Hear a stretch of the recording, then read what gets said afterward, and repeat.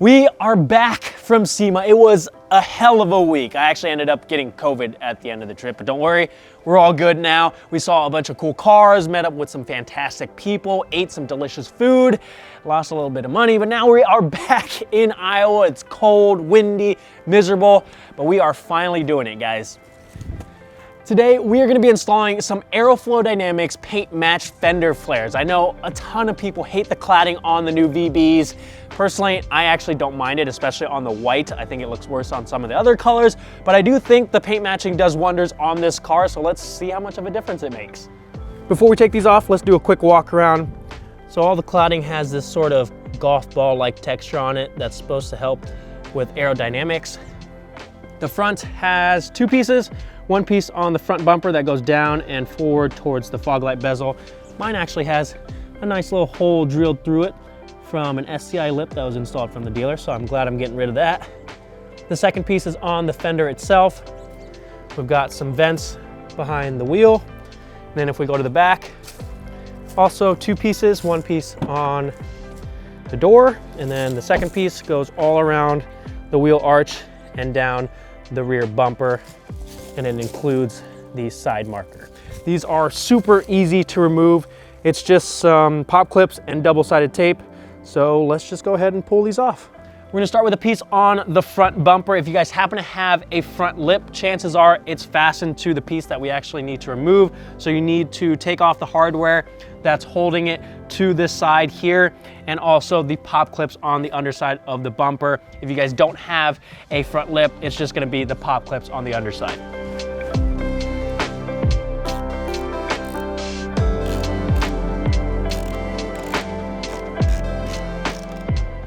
Once you have everything removed from the underside, there's gonna be two pop clips in the wheel well here on the back side. Just take a flathead screwdriver and pop these out.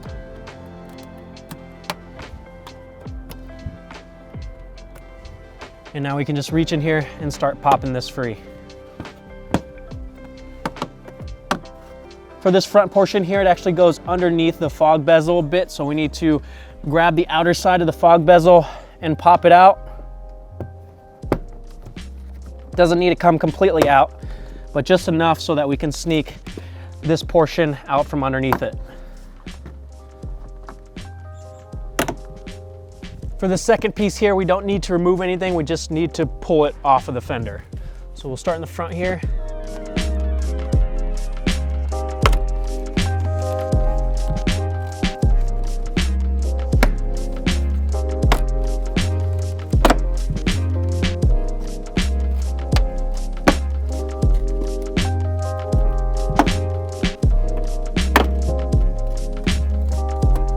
That's it. Once you've removed that piece, you'll notice that there's some double-sided tape going around the edge here. Just make sure you get that cleaned up before you install the new one.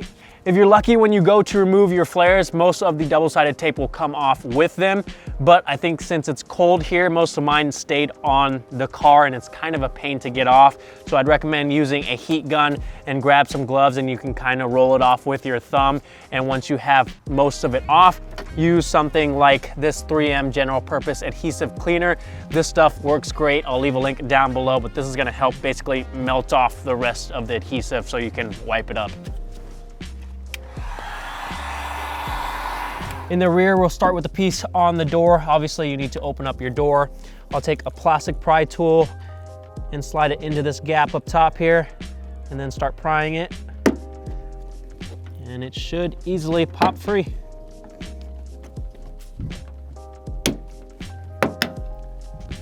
For the larger piece, there's gonna be two pop clips that we are gonna need to remove. One right behind the wheel, and then one kind of where the seam is for the bumper. With those pop clips removed, we'll just grab it on the front side here and start pulling it off the car.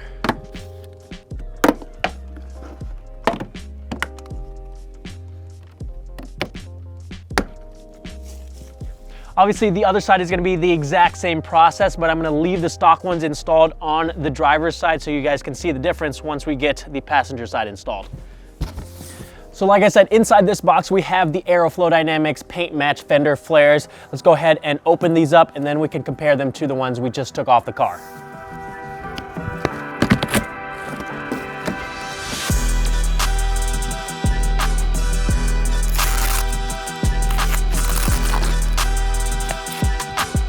So these not only give you the color match look, but they're also 10 millimeters wider than the stock flares. Let me give you guys a close up. Obviously I've got the Aeroflow Dynamics flare on the right, and if I grab the stock flare, hopefully you guys can see the difference in thickness. You can see the Aeroflow Dynamics flare is much thicker than the stock flare, and that's the difference of the 10 millimeters. Let me grab the rears. There we go.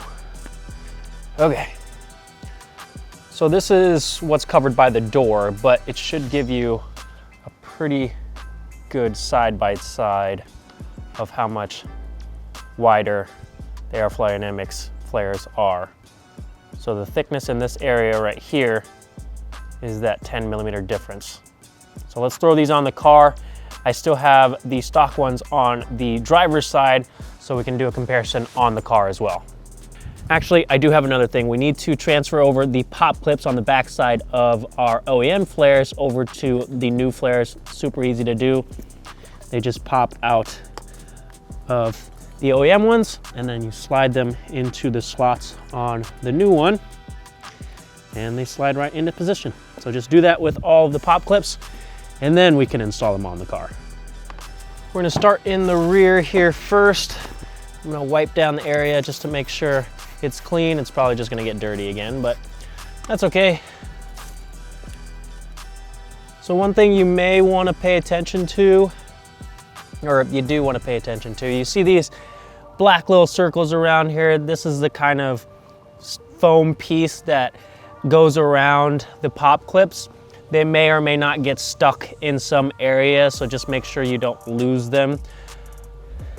Just something to pay attention to when you're transferring over those pop clips to keep them in the same location. Otherwise, one spot might not have this.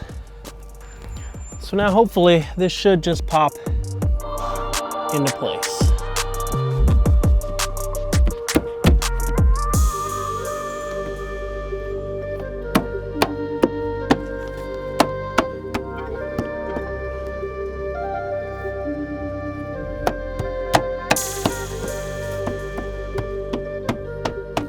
Let's get the piece on the door installed.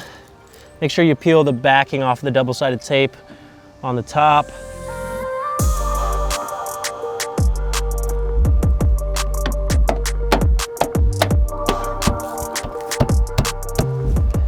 We can move on to the front with this piece on the bumper, and we'll just tuck it behind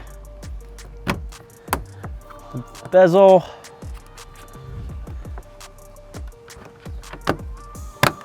And it should just pop right into place.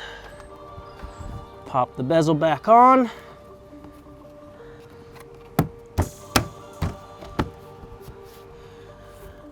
Then I'll just reinstall the hardware on the bottom and we can move on to the larger piece. Let's get the last piece on this side installed. Again, don't forget to peel the backing off the double-sided tape on this larger piece.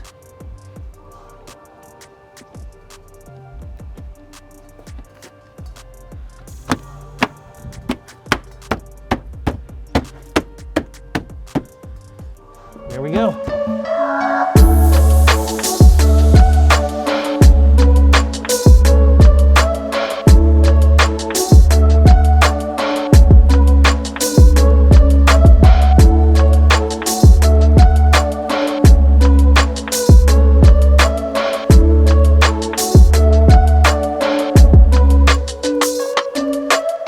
So we've got the flares installed on the passenger side. Let's do a quick walk around. We're actually just gonna start with the stock fender flares. So that's obviously how they look. If we get a close up here, we can see that the wheels are basically flush with those fenders. Same thing on the back side there. And again, give you guys another look. I know it's sunny and hard to see, I'm sorry. Let's go over to the other side and look at that, guys. I know I said I didn't mind the cladding, but I've got to say, I think this looks much better. It looks cleaner, less like a sort of hybrid crossover, gives the car a more sporty appearance, makes it look a little bit lower, and the wheels look a little bit bigger. I'm a fan, guys. Let me know what you guys think. Let's get a close up here to show you that 10mm difference. So now, again, the wheels are slightly tucked in as compared to the other side where they were flush. Same thing in the rear. So crap, guys, maybe we need to run some more aggressive wheels. If you want to lower this even more and run an even more aggressive setup, you can actually trim the underside of these fenders to give you a little bit more, or the flares to give you a little bit more clearance. I don't think I'm gonna lower the car that much where it's gonna be a problem, so we're just gonna leave it as is for now. If it does end up being an issue, we can just take them off and trim them. A lot of you are probably wondering how good the paint match is, and that's a fair question, especially on a white car with it being one of the harder colors to paint match. It's almost nearly impossible to get a perfect paint match on an aftermarket part on a white car. Even the stock hood scoop and spoilers sometimes don't match up. So I'm gonna be completely honest with you and tell you that it is not 100% perfect. Most people aren't gonna be able to tell the difference. If you're super picky, you may notice a difference when you get up close and personal, but for an aftermarket piece that was not painted at the factory, it's pretty damn close. And if you're looking to paint match your fender flares, this is a great option. It's super easy to install. The fitment is spot on. You get to keep your stock flares just in case for some reason you wanna go back to stock, and they just look so much better. Guys, clearly the paint match fender flares are the way to go. It just cleans up the whole look of the car, makes it look more uniform and how it should have looked from the factory. I'll give you guys a quick before and after over on the driver's side here of both the front and rear. Hopefully you guys are able to see a difference in those photos. Let me know what you guys think, and if you want to pick up a set for yourself, they're actually running a Black Friday sale right now. You can save up to 30% off a bunch of the products on their website, so I'll leave a link down in the description. Let me know what else we need to do to the WRX. I think we need to lower it down a little bit more, but that's gonna do it for today. If you guys have any questions at all, comment down below. I'm always happy to help. Hopefully you guys are enjoying the content. If you are, make sure to hit that subscribe button, give this video a thumbs up. Thank you guys so much for watching, and I'll see you guys next time.